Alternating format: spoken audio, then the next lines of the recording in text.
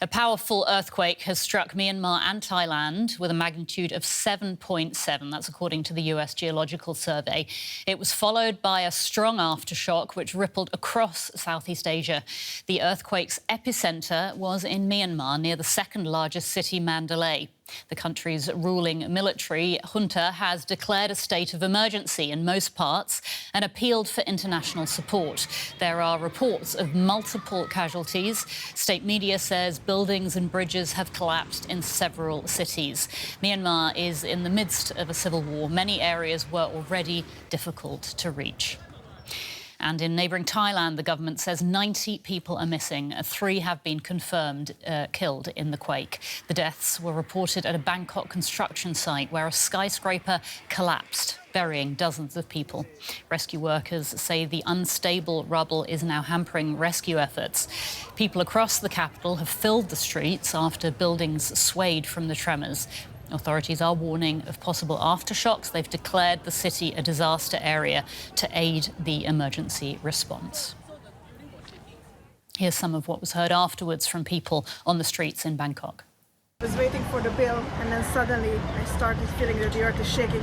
You know, my first thought is that maybe somebody is not feeling it, just me, something is wrong with me, but everybody was looking around, and right away we were all going outside because you could feel it's going to last for a while. All of a sudden it moved back and forth, and then it toppled over, and I hit my head on the table, but it didn't leave a mark, and I didn't break the glass table either. This is not the first time that the building has felt an earthquake.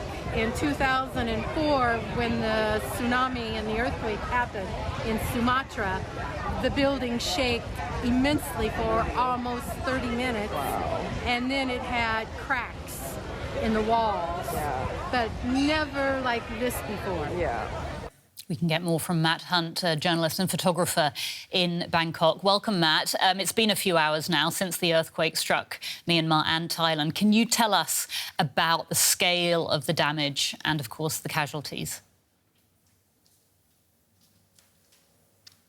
Yeah, so as initially reported, there was a major construction project here in the center of the city that did collapse, where there were many workers on the project today, as there would usually be. And unfortunately, that number has climbed. The Deputy Prime Minister, Myat Nyein Aye, increased that number from 40 to about 90 workers, 3 of which have been confirmed dead, and the rest are missing. And that is the most substantial that I can confirm. However, throughout the city, online, and through reports that people have been sending me, the damage, the personal damage is quite substantial. As you can see in some of these clips, there is a large crane in the city of the center on a construction project that collapsed, while infinity pools are also seen overflowing into the streets. These are common things on high-rise buildings in Bangkok, but also here in the area where I am, I've spoken to people, and the interiors of their homes, many of which are concrete and a bit outdated, have essentially fallen apart. I mean, things have fallen off of walls, doors have broken, and people have been asked to move to the lower floor of any building that they're still in. So I would consider the current state to be in one of panic and still emergency response. You said disaster zone. The Prime Minister did declare the city a disaster zone. The governor has set up a command center, and all of those things are because I believe that the devastation is a lot greater than what we still are privy to here just a couple of hours after the earthquake. And Matt, what are you hearing from Myanmar? The quake's epicenter, of course, was near Myanmar. So the most interesting aspect of that story is that the military junta, who has seized control of the country and led this horrific civil war for the last 4 years, has actually come out and declared a state of emergency over 6 districts that they have said are affected by the earthquake. And in a very quite rare move, they've actually asked for international assistance on this issue. And this is striking because it's from a government that has essentially isolated itself over the course of the last 4 years and during the Civil War. So to see them come out and ask for international help is one thing. To also see the images coming from Myanmar, the early images, we can see quite a bit of destruction and dilapidated buildings that just kind of fell down. But also there's some hospital images that I've seen where hospitals are so overloaded with people that have been injured that they are being treated on the street. And it really doesn't look good on the other side of the border. Yeah, I mean, we're hearing about mass casualties at hospitals in Myanmar. Presumably, it's going to be a real struggle to deal with the number of casualties that they have there. Most certainly, and I also think that the junta government will also struggle to receive international aid quickly enough because they have for so long been isolated, and so many people around the world may not understand what's going on in Myanmar. So I as someone who has paid attention to the issue for these years, I'm concerned that the international aid that they're seeking may not arrive in time, while we are seeing images and videos of people showing up to these hospitals. As you said, mass casualties. I mean, people are bleeding from the head. They're laying on the street. It's hard to tell if they're alive or not. So I would say that at the moment, it's hard to confirm exact numbers, but it does look quite bad. Journalist Matt Hunt in Bangkok. Matt, thank you so much for bringing us up to date. I am joined by Myat Nyein Aye, a journalist in Chiang Mai, Thailand, that is in the north of the country near the border with Myanmar. Welcome to DW. Please tell us more about the situation where you are. Okay, I live in Chiang Mai, and so when the earthquake started, I'm out of the building. I went out, and I'm in the car. So I felt the earthquake. It was huge, and also a lot of people ran outside of the buildings, and also I heard like some of the buildings in Chiang Mai were damaged, but I didn't hear about the collapsing.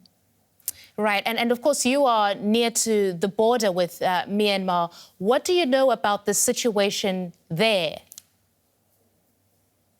Okay, so I keep monitoring social media and regarding the posts about the earthquake in Myanmar. So I heard that a lot of buildings and infrastructure were damaged and collapsing, as well as the casualties.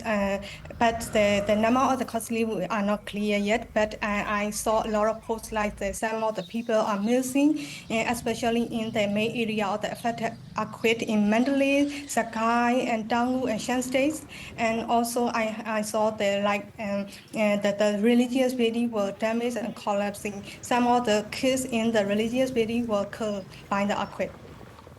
Yeah, and we're hearing about sort of mass casualties at the hospitals in Myanmar.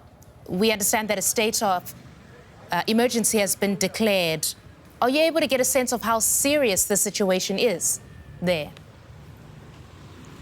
Yes, the situation is very serious because some of my friends on social media, they share like their buildings were collapsing and some of their family members are still missing. So the situation is very serious. That's why I think the state they declared the state of emergency in those areas. We're also hearing that Myanmar's regime is asking for international aid. Can you tell us more about that? Oh, okay. Right now, I just saw some news. They are asking for the international aid, but this is not, and further information is not much clear at the moment. I don't know how much they asking for the aid from the international or what kind of international aid. And just coming back to where you are, Myat, in Thailand. Do you know how many people remain trapped or missing? Are officials releasing any numbers to that effect? Okay, and in Chiang Mai, I didn't see the kind of that trap people trapped in the building, but in Thailand, in Bangkok, I saw the news like most of the Myanmar workers in the college building or the high rise, and they were trapped, and there are some casualty. All right. Well, that is the journalist Myat Nyein Aye, a freelance journalist in Chiang Mai in Thailand, that's near to the border with Myanmar, of course, where the epicenter of this earthquake was. We appreciate your reporting, Myat. Thank you very much. Thank you.